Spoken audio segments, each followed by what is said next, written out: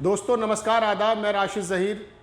Corona को लेके पूरी दुनिया इस समय परेशान है और कोरोना को लेके ये दूसरी लहर में इतनी मौतें आने का जो रिकॉर्ड बन रहा है, इससे पहले पिछले साल जो कोरोना आया था उसमें इतनी ज़्यादा मौतें नहीं हुई।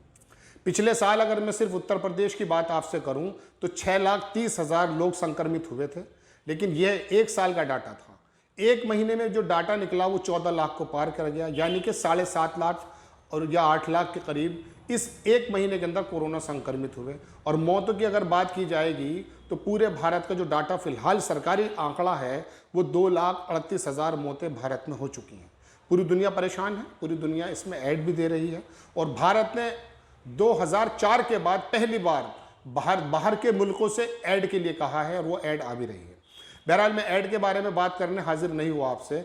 मैं सिर्फ आपको ये बताना चाहता हूँ कि फिलहाल भयावह स्थिति ये है कि फेसबुक जो कि आप इस्तेमाल करते हैं, सोशल साइट्स है, उसमें अक्सर अब से पहले हमारा पुराना तजुर्बा 10-12 साल का ये हो चुका है कि हमने जब भी फेसबुक को ऑन किया है मौतों की खबरें इतनी कभी नहीं आई जितनी कि इस बार आ रही हैं। आप फेसबुक खोलते हैं, कोई भी देखने वाला मेरी इस वीडियो को 1 आदमी देखे, 1 लाख आदमी देखें, 1 करोड़ आदमी देखें, कोई एक आदमी शायद ये ना बता पाए कि मेरी रिश्तेदारी में, मेरे जान पहचान में किसी की मौत ना हुई हो। तो ये आंकड़ा 2,38,000 सरकारी है, लेकिन इसका जो आंकड़ा है ना, जो पेपर्स और बाहर की जो मीडिया बता रही है वो कहीं बहुत ज़्यादा है। शायद सरकार इस आंकड़ों को छुपा रही है। इसके एविडेंस एक ये है कि ये तो सिर्फ शहरी आंकड़ा है। ग्रामीण एरिया में जो मौत हो रही है उसका तो कोई डाटा ही सब भारत सरकार के पास नहीं है, पर सूबे की सरकारों के पास नहीं है। वहाँ तो ये हो रहा है कि 2 दिन बुखार आया, 2 दिन सांस लेने में दिक्कत हुई और उसकी डेथ हो गई। 2 दिन बुखार आया, 2 दिन जो है सांस लेने में दिक्कत हुई, उसको निमोनिया बता दिया गया, हार्ट अटैक बता दिया गया और उसकी मौत हो गई। ये पता ही नहीं चल पा रहा है कि वो ड्यू टू कोरोना मरा है या अपनी नेचुरल डेथ मरा है। लेकिन इतनी मौतों का सिलसिला हमने अपनी ज़िंदगी में कभी नहीं देखा। हाँ, 1920 में स्पेनिश फ्लू जो आया था उसके बारे में हम सुनते हैं कि वहाँ पर इतना आदमी मरा था जो करोड़ों को पार कर गया था। तो ये कोरोना एक्चुअली जहाँ से शुरू हुआ, जैसा कि इनका प्रोपेगेंडा है, ये बताते हैं कि चीन से शुरू हुआ, चीन के वुहान से शुरू हुआ। तो चीन की बीबीसी की रिपोर्ट में आपको बता दूं कि पिछले 3 महीने में वहाँ पर कोरोना संक्रमित की एक भी रिपोर्ट नहीं है।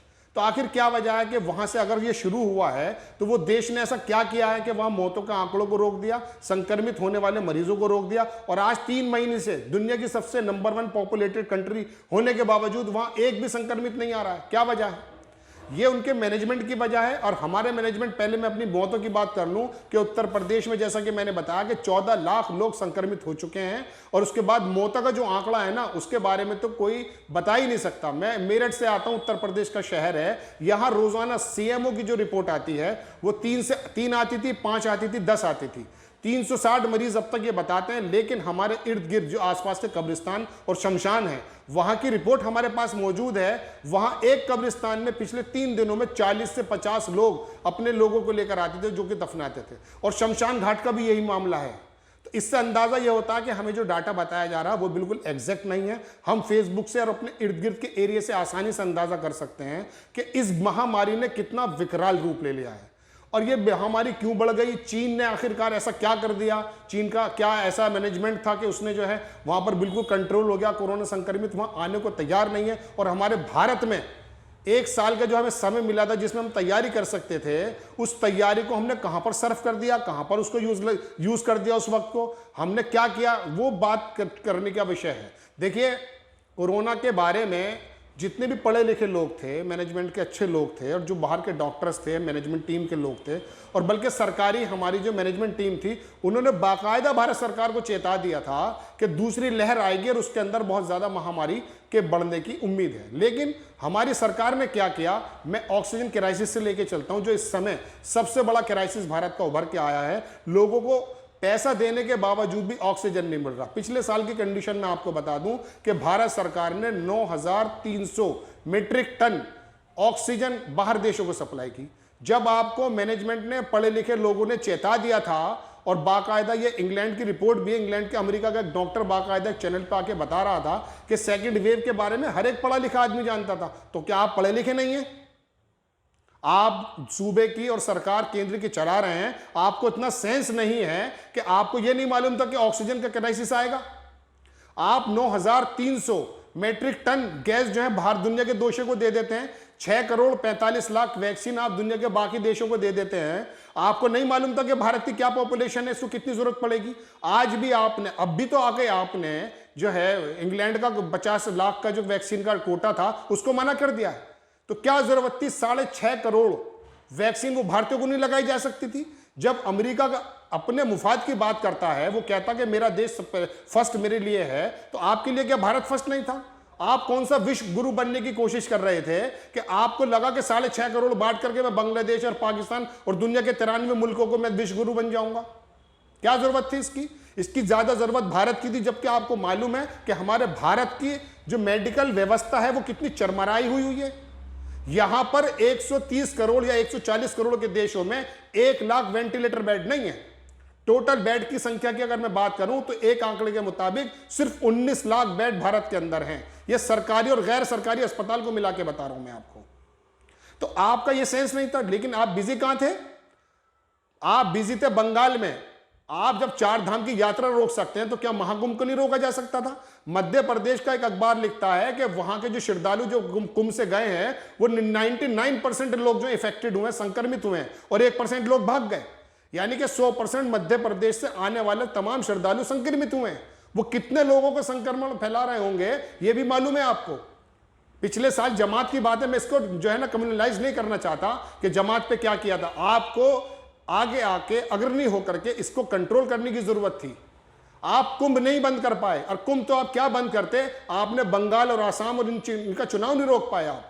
आपने शाम को आकर मीटिंग की और बाकायदा मास्क का इंतजाम किया, लेकिन जब आप वहां रैली कर रहे थे, अमित शाह जी वहां रैली कर रहे थे, तो वहां क्या हो रहा था? वहां पर कौन सी सोशल डिस्टेंसिंग का पालन हो रहा था? चुनाव आयोग को क्यों कहना पड़ा, मद्रास हाईकोर्ट को, कि आप पे क्यों ना कत्ल का जो है मुकदमा दर्ज कर दिया जाए? क्यों ऐसी सख्त टिप्पणी पिछली पहले हाईकोर्ट क्यों नहीं करती थी? इसकी वजह यह है कि आपका मैनेजमेंट इतना ज्यादा कमजोर रहा है।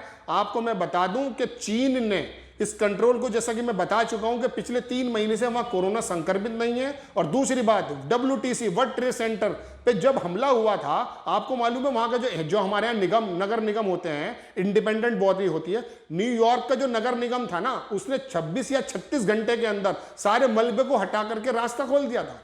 मैनेजमेंट इसको कहा जाता है। अब महाराष्ट्र के लोगों ने क्यों ऑक्सीजन की जो है जरूरतों को खत्म कर दिया? महाराष्ट्र की सरकार ने एक ऐसा काम कर दिया क्योंकि कुछ पढ़े लिखे और कुछ काबिल लोगों को पहले ही मालूम था कि ऑक्सीजन का क्राइसिस आएगा। महाराष्ट्र भी एक भारत का सूबा है, उसने ही तो यह इंतजाम किया।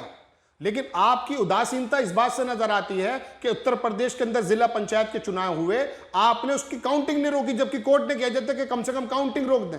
आप सिर्फ इस बात की सफाई देते हैं कि 30 अप्रैल तक, हाई कोर्ट ने कहा था कि इलेक्शन हो जाने चाहिए, लेकिन जब हाई कोर्ट ने आपसे यह कहा कि काउंटिंग रोक दीजिए, अगर कोई प्रधान चुनकर ना आता, कोई जो है जिला पंचायत के सदस्य चुनकर ना आता, तो कौन सी अर्थव्यवस्था पर जो है असर पड़ जाता? और इस चुनाव में आपने क्या किया?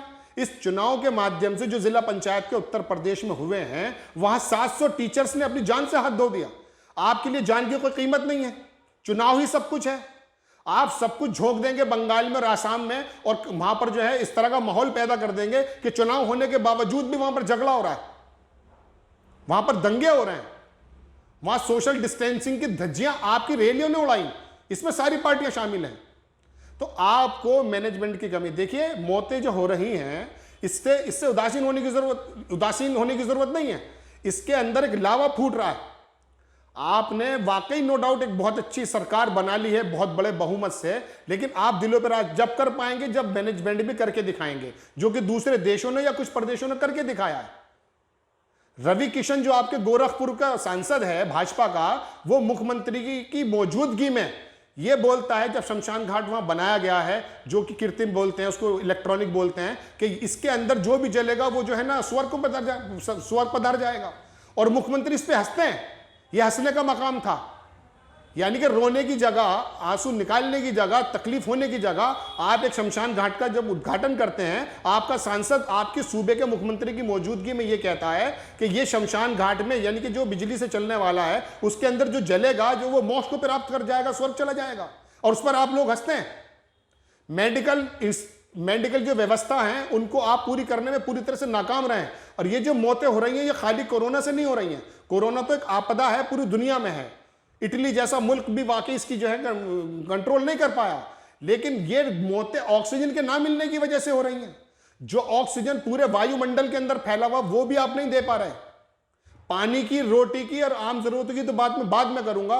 जो ऑक्सीजन सिर्फ जो बिल्कुल फ्री की चीज है, जिसका रेट भी बहुत कम है, 400 रुपए का, 600 रुपए का सिलेंडर 20,000 रुपए में मिल रहा है। और आज हो ये रहा है कि लोग सुबह से जो लगते हैं लाइन में, उनको शाम को जाके सिलेंडर मिल पाता है। दवाइयों की कालाबाजारी हो रही है। आपका मैनेजमेंट है, आपने ना तो टेलीमेडिसिन शुरू की है और ना आपने कोई ऐसा एक आयोग बनाया है जो रोजाना मॉनिटरिंग करे इसकी, रोजाना बताए कि कौन कौन सी दवाएं, कौन कौन सी चीजें, और उनको जो है ना प्रेस को बताकर आम लोगों को बताया जाए ताकि उनमें कॉन्फिडेंस बिल्ड हो। एक सर्वे के अनुसार यह बात आई है कि डॉक्टर के मिलने से ज्यादा अगर हम उससे ना, आज ये टेक्नोलॉजी का जमाना, मोबाइल पर या वीडियो कॉन्फ्रेंसिंग के जरिए अपनी बात बताते हैं, तो ये जो घरों में अनगिनत लोग पड़े हैं जिनका डाटा आपके पास नहीं है, गांव का डाटा आपके पास नहीं है, वो लोग बाकायदा डॉक्टर से कंसल्ट कर सकते हैं। कोरोना की रिपोर्ट आने के बाद जो उनका जहनी तवाज़ुन बिगड़ता है, उसका इलाज ये होता है कि उनका ऑक्सीजन लेवल गिर जाता है और वो कोरोना से मरे या ना मरे, ऑक्सीजन के ना मिलने से मर जाता है। तो आप ऑक्सीजन देने में भी नाकाम रहे और उस पर तुर्रा यह है कि आप लोग मेडिकल फैसिलिटी को बढ़ाने की जगह इस तरह की मजाक करते हैं। कुंभ जो सबसे बड़ी गलती रही, बंगाल के चुनाव सबसे बड़ी गलती रही, जिला पंचायत के चुनाव सबसे बड़ी गलती रही, और आपके सांसद क्या कर रहे हैं? महाराष्ट्र के एक सांसद ने अभी क्या किया, 10,000 इंजेक्शन के साथ पकड़ा गया है वो। बिहार में आज ही पता चल रहा है कि वो रूडी प्रताप जो है, उनके पास से 30 एम्बुलेंसेज पकड़ी गई हैं। क्यों रखी हैं? ये क्या खेल खेलना चाहते हैं आप लोग? इससे पहले के लोग सड़क पर आकर के आपका ये धज्जियां तो उड़ाते आए ना, आप लोग रैलियों में, लोग अपनी जानों को परवाह ना करके रोड पर आ जाएं। सरकारों को और पूरे सिस्टम पे बोझ जो है ना, इल्जाम देने से काम नहीं बनेगा। काम बनेगा ट्रांसपेरेंसी के साथ काम करने से। जैसा कि फिलहाल महाराष्ट्र के अंदर सबसे ज्यादा केसेस आए हैं, वहां की कोर्ट ने भी और WHO ने भी उसकी तारीफ की है। कौन लोग हैं वो? उन लोगों ने भी तो इसको कंट्रोल करने की कोशिश की है जब से सबसे ज्यादा केसेस वहां पर हैं। और अभी हमारा डाटा अगर सही आ गया तो लोग हकीकत में उस डाटा को सुन के मर जाएंगे। इस पर सोचने की जरूरत है। मिलत टाइम्स को आपकी जरूरत है, हमारी आप माली मदद करें। हर महीने सिर्फ 100 रुपये और 1 साल के लिए एक साथ सिर्फ 1000 रुपये। रकम भेजने के लिए यहाँ दिए गए फोन पे, गूगल पे और पेटीएम नंबर का इस्तेमाल कर सकते हैं।